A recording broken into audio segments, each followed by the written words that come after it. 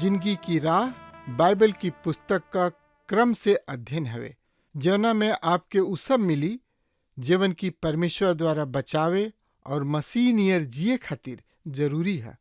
Bible ए बात के बुनियादी रूपरेखा के भी साथ रखेला कि एगो विश्वासी के दूसरे के साथ कैसे जिए के बा। जे यीशु के पाछा चलेला, कृपा करके देखी सुनी ताकि परमेश्वर आपकी जिंदगी का रास्ता बतावस। दया करी प्रभु रउआ दया करे ना हो, दया करे ना भक्त करेलन को हरिया, दया करे ना भक्त करेलन को हरिया, दया करे ना। दया करी प्रभु रउआ दया करे ना हो, दया करे ना। दया करी प्रभु रउआ दया करे ना हो, दया करे ना भक्त करेलन को हरिया, दया करे ना भक्त करेलन को हरिया, दया करे ना।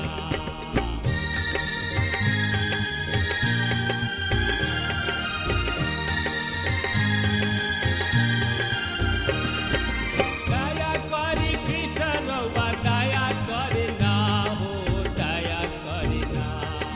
दया करी कृष्ण रउआ दया करे ना हो, दया करे ना।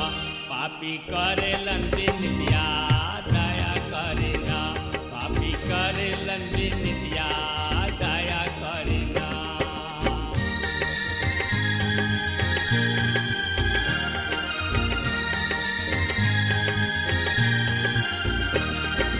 हाथ जोड़ी करी प्रभु शरण में सिसवा, दया करे ना।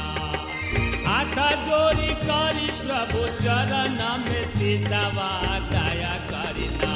सेवक मांगेलन बरतनवा, दया करे ना। सेवक मांगेलन बरतनवा, दया करे ना। दया करे ना प्रभु दया करे ना जी, दया करे ना। दया करी प्रभु रउआ दया करे ना हो, दया करे ना भक्त करेलन को हरिया, दया करे ना।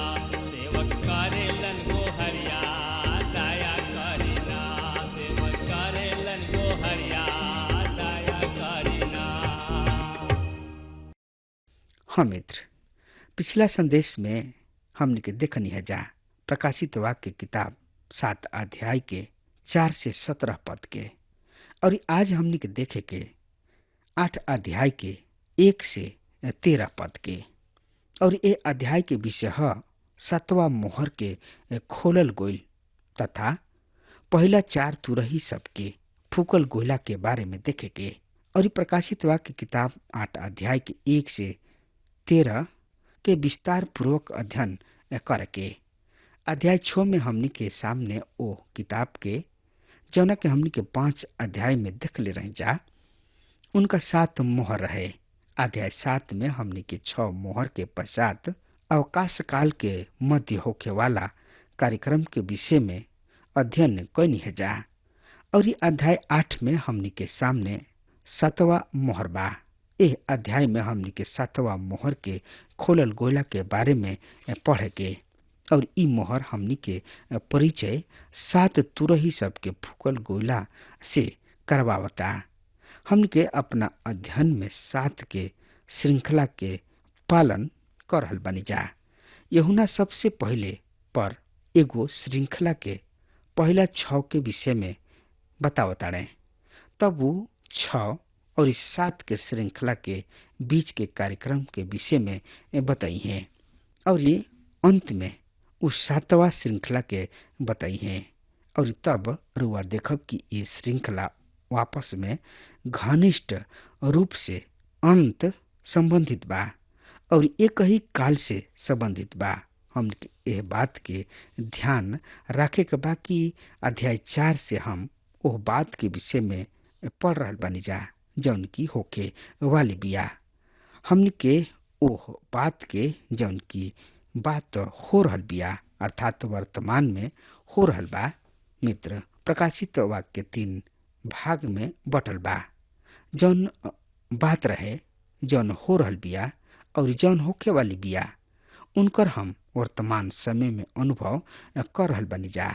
और जौन होके वाली बिया उ मेघारोहण के पश्चात के बात ह। ओकरा के हमनी के पढ़ रहल बानी जा। परमेश्वर उनकर लोग समय से बहुत ही पीछे और बहुत ही आगे तक देखतानी जा। प्रकाशित वाक्य किताब के आवे वाला जुग के बात के भी दर्शा रहल बा। एकरा खातिर हमनी के परमेश्वर के धन्यवाद करे के चाही। 7वां मोहर खोलला पर हमनी के 7 तुरही सबके ध्वनि सुने के। ई तुरही हमनी के महाक्लेश काल के पूर्ण भयंकरता से परिचित कराई और हमनी के देखे के कि परमेश्वर विरोधी मानव के कौना तरी से दंडित करे जा रहल बने, जन कि हम यह दंड के अध्ययन करे शुरू कर रहल बनी जा। हमने के देखे के कि यहाँ संकेत और चिन्ह सबके प्रयोग कल गइल बा। हमने के ई स्मरण रखे के बा कि हर एगो चिन्ह व संकेत वास्तविक ह, उ कौनो वास्तविक के प्रतिनिधित्व कर रहल बा। हमने के देखे के कि मिस्र के दंड और तुरही दंड बड़ा समांतर बा। मित्र, हमने के यह बात के बड़ा ही सावधानी रखे के बा कि ई प्रकाशित वाक्य प्रभु यीशु मसीह के प्रकाशन है। हमने के यहाँ उन्हें एगो नया रूप में देख रहल बनी जा। उ न्यायाधीश के रूप में दंड घोषित करे वाला बाणे। एगो मसीही होखला के नाते यह किताब के अध्ययन से रुआ के भयभीत न होके के चाही, वरन रुआ अनंत व शांति मिले के चाही। काहे कि ई परमेश्वरहीन परमेश्वर विरोधी सबके दंड के विषय में बतावले। हम परमेश्वर के धन्यवाद देतानी कि परमेश्वर यह पृथ्वी के और इनका निवासी सबके एक दिन जरूर दंडित करिए। अन्याय, झूठ, अधर्म, घृणा, हत्या के रुआ नहीं देख सकत। का ई अधर्म संसार एह तरी परमेश्वर से विद्रोह करी? ना मित्र। प्रकाशित वाक्य किताब ऐसन संसार के भविष्य हमन के सामने रखेले। हो सकता कि रुआ ये तथ्य के पसंद ना करी कि कोमल और प्रेमी प्रभु यीशु मसीह संसार के दंडित करी है। मित्र, जब रुआ कोमल व प्रेमी प्रभु यीशु मसीह के बात करतानी त रुआ ओकरा से पूर्णतः परिचित हो जाई। त यीशु मसीह रुआ स्थान पर मोले उ रउआ से सही में प्रेम करताणे। उ रउरा पाप के भयानक दंड से बचावे चाहलन, पर यदि रउआ उनका के ग्रहण करतानी त उनकर कोमलता और प्रेम मूल्य नियंत्रण के अस्वीकार करतानी। त हम रउआ के साफ साफ बता दी कि रउआ एगो भयानक दंड रउर प्रतीक्षा कर रहल बा। उ संसार असही नेके चल रहल। परमेश्वर एकरा के दंडित करी है। हमन के एक कार्यक्रम के खातिर परमेश्वर के धन्यवाद देवे के चाही। मित्र, विषय है 7वां मोहर के खोलल गोल। मित्र, प्रकाशित वाक्य किताब 8 अध्याय के 1 से 6 पद एह तरी से बता रहल बा। सुनी ध्यान से। और जब मेमना 7वां मोहर खोलने त सरग में आधा घड़ी ले सनाटा छा गइल। और हम ओ 7 स्वर्गदूतन के जे परमेश्वर के सामने खड़ा रहले उनका के देखनी और उ लोग के 7 गो तुरही दिहल गइल। एगो औरी स्वर्गदूत सोना के धूपदान के अइले और वेदी के लगे खड़ा हो गइले और उनका के बहुते धूप दिहल गइल कि सगरी संत लोग के प्रार्थना के संगे उ सोना के वेदी पर जौन राजगद्दी के सामने बा ऊपर चढ़ावे और ऊ धूप के धुआं संत लोगन के प्रार्थना के संगे स्वर्गदूत के हाथ से परमेश्वर के सामने पहुंच गईल और स्वर्गदूत धूपदान लेके उमे बेदी आगी भरले और धरती पर डाल दिहले और गर्जन और आवाज और बहुत बिजुरी के चमक और भिंडोल होखे लागल। एकरा बाद उ सातों स्वर्गदूत जिनका लगे 7 गो तुरही रहे फूके खातिर तैयार भइले। हम एगो स्थान पर नौजवान के निमंत्रण पर उन्हें बाइबल अध्ययन करे खातिर गइले और लड़की सब के समूह के बीच में एगो नौजवान खड़ा रहन और ई सब लड़की जोर शोर से चिल्लात रही और ऐसन प्रतीत होत रहे कि ओ नौजवान के धकेले के हमरा ओर ले आवे के प्रयास करत रही। हम उहमे से पूछनी, बच्चा लोग तोहनी लोग के का समस्या बा? एगो लड़की कहली, महोदय ई लड़का कह रहल बाने कि स्वर्ग में महिला सब ना जी हैं। तू एकर जवाब द। हम कहनी, हम एह विषय में कुछ नहीं जानत। का पवित्र बाइबल एह विषय में कुछ कहेले? उ नौजवान कहले, हाँ, पवित्र शास्त्र बाइबल बतावेले कि स्वर्ग में आधा घंटा तक सन्नाटा छा गइल। महोदय, यदि उहवा एक भी महिला होई त का उहवा अतना लंबा समय के खातिर सन्नाटा छौले रहित? मित्र, लंबा समय के खातिर सन्नाटा छावल रहल संभव हो सकता? लड़की सबके समूह ओ नौजवान के बतावे के भरसक प्रयास करत रहन कि एह वचन के यहाँ ई अर्थ नइखे। प्रभु यीशु मसीह के नियंत्रण में सब कुछ बा और ऊ 7वां मोहर के खोलताणे और 7वां मोहर 7 तुरही सबसे परिचय करवावेले। उस सड़क से निर्देश देताणे कि हमनी के ए सत्य पर नजर रखे के बा कि प्रकाशित वाक्य किताब हमनी के सामने महिनिमित प्रभु यीशु मसीह के समस्त पृथ्वी के न्यायाधीश के रूप में पेश कर रहल बिया। मित्र, ए अद्भुत सन्नाटा के का अर्थ बा? परमेश्वर के धीरज अभी समाप्त निके भइल। जब 7वां मोहर खोलल जाई, बड़ सुरवीर कुछ घड़ी के खातिर शक्तिहीन हो जाई। मसीह यीशु उनका के पश्चाताप के अवसर दी हैं। परमेश्वर दंड देवे के इच्छुक ना हवे, काहे कि ऊ क्रोध करे में धीमा बाणे। ऊ आज भी राउर इंतजार करल बाणे कि रुआ जीवित और सच्चा परमेश्वर के समीप आ जाई। यदि रुआ आज तक नहीं आयल त आज आ सकतानी। ऊ चाहताणे कि प्रत्येक के मन फिरावे के अवसर प्राप्त होके। ऐसे ऊ क्रोध करे में धीमा और दंड देवे में अन इच्छुक बाणे। विषय 7वां मोहर के खोलल गइल। मित्र, दंड पृथ्वी के आवे के खातिर तैयार बाणे। रुआ ध्यान देवे लेहोखम, तूफान आवे से पहले कुछ देर के खातिर एगो अद्भुत सा सन्नाटा छा जाला, पर ओकरा पश्चात मित्र ठीक वही ढंग से उ महाक्लेश काल पृथ्वी पर टूट पड़ी हैं और हमनी के सामने ई चित्र तुरही सबके फूकल गोला के द्वारा पेश कइल गइल बा, जौन की 8 अध्याय के 2 पद से लेके 11 पद तक चली। विषय है वेदी के धूप दान खातिर भइले स्वर्गदूत। 8 अध्याय के 2 पद स्वर्गदूत एगो विशिष्ट समूह के विषय में बता रहल बने। एकरा में जिब्राइल भी होई, काहे कि अब ऊ यूहन्ना बपतिस्मा दाता के जन्म के घोषणा कइले। अपन परिचय यहाँ में बता दिहले, हम जिब्राइल हई जौन की परमेश्वर के उपस्थिति में रहला। लुका 1 अध्याय के 19 7 तुरही एकर इसराइल के खातिर एगो विशेष अर्थ बा और हम एह विषय के अवहेलना ना करब, काहे कि ई महत्वपूर्ण विषय है। इसराइल से हमनी के अर्थ सदैव इसराइल जाति से बा, जौन की इब्राहिम के वंशज तथा याकूब के संतान हवे और परमेश्वर द्वारा ऐसे चुनल गैले की एगो जीवित व सच्चा परमेश्वर के गवाही देश।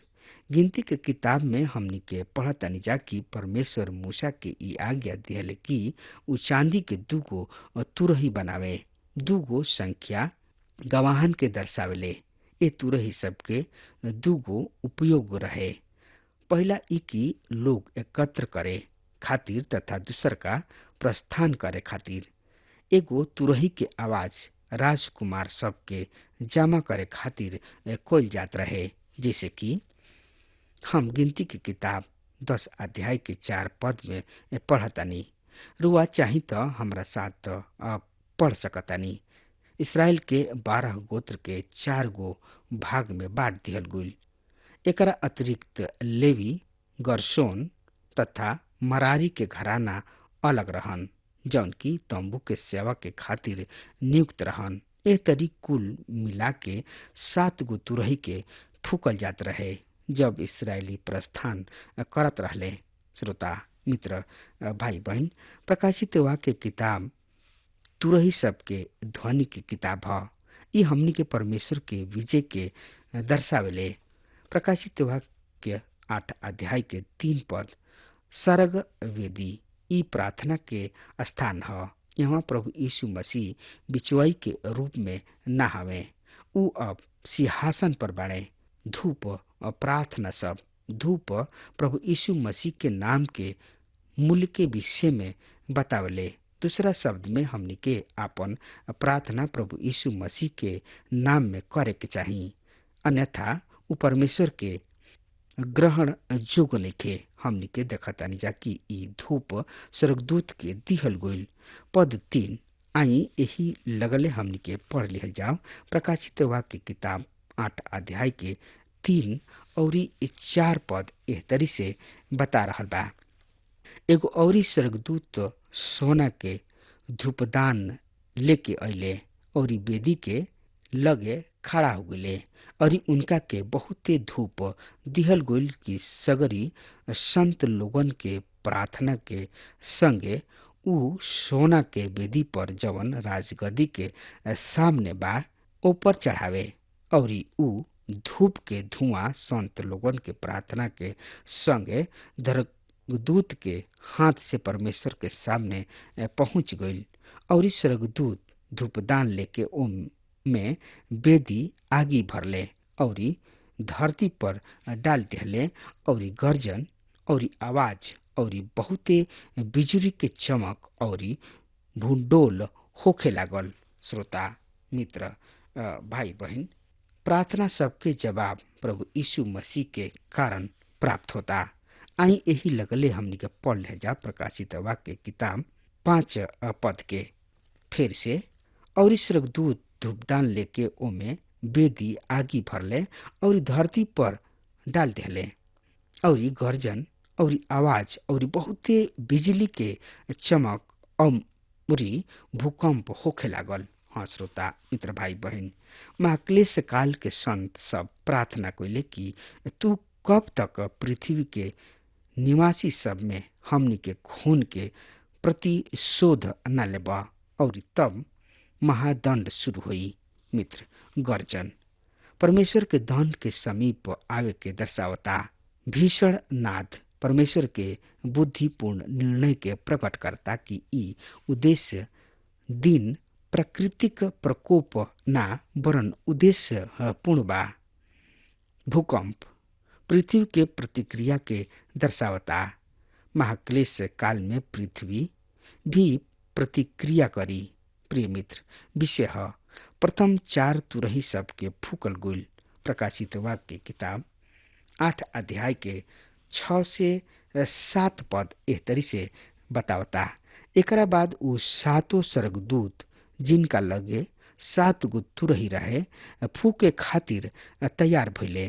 पहला स्वर्गदूत तुरही फूकले त खून मिलल ओला और आगी पैदा भइल और धरती पर डालल गइल और धरती के 3 हिस्सा में से एक हिस्सा जर गइल और सगरी हरियर घास भी जर गइल।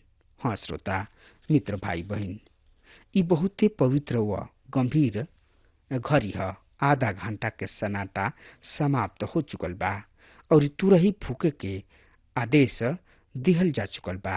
स्वर्गदूत सावधान के स्थिति में बने। तुरही फूकल गोला के साथ ही परमेश्वर से विद्रोह करे वाला के विरुद्ध दिव्य प्रकोप पृथ्वी पर भ्रमण करे शुरू कर दी। तुरही के फूकल गोइल कोनो संकेत या रहस्य के परिचय न देला जौन की महामारी है। उ यथा शब्द महामारी है। आज परमेश्वर के वचन के वास्तविक अर्थ के व्याख्या संकेत के रूप में कोइल ऐसन ही बुरा बा जैसे कि परमेश्वर के पवित्र वचन के इनकार कोइल। दूसरा शब्द में ऐसन लोग ई प्रमाणित करे चाहेलन कि परमेश्वर जौन कहेलन उनकर कोनो अर्थ ना होला और यदि अर्थ होला तो कुछ और ही होला। मित्र, हमनी के ऐसन पाप ना करी जा, वरन परमेश्वर के वचन यथा शब्द के और उनका सही व ठीक व्याख्या करी जा। हाँ मित्र, अगर हमार बात रुआ तक पहुंच रहल बा तो आज वे यही घड़ी प्रभु यीशु मसीह के चरण में आई और अपना आप के प्रभु के हवाले कर दी और कहीं, प्रभु हमरा जिंदगी के नैया के पतवार तू ही बन जा, ना तो हमार नैया बीच मझधार में बीच भंवर में डूब जाई। मित्र, प्रभु से ई कही और प्रभु के उद्धारकर्ता के रूप में स्वीकार करी और उनका से प्यार करी और रुआ हर पाप से उनका खून से रुआ आजाद हो जाएगी। हाँ मित्र, अब हमारा समय खत्म हो रहा बा, तब तक खातिर रुआ हमरा के आज्ञा दी। परमेश्वर रुआ के बहुत ही आशीष दे। आमीन। हमके विश्वास बा कि ई कार्यक्रम आप सब खातिर फायदेमंद सिद्ध भइल हुई। अगर आप सबके लगे बाइबल से चाहे आपकी निजी जिंदगी से कोनो सवाल होके चाहे कोनो समस्या खातिर प्रार्थना करावे चाहतनी तो हमारी फोन नंबर पर जरूर संपर्क करी और आज का दिन आप खातिर सुखद बनावे।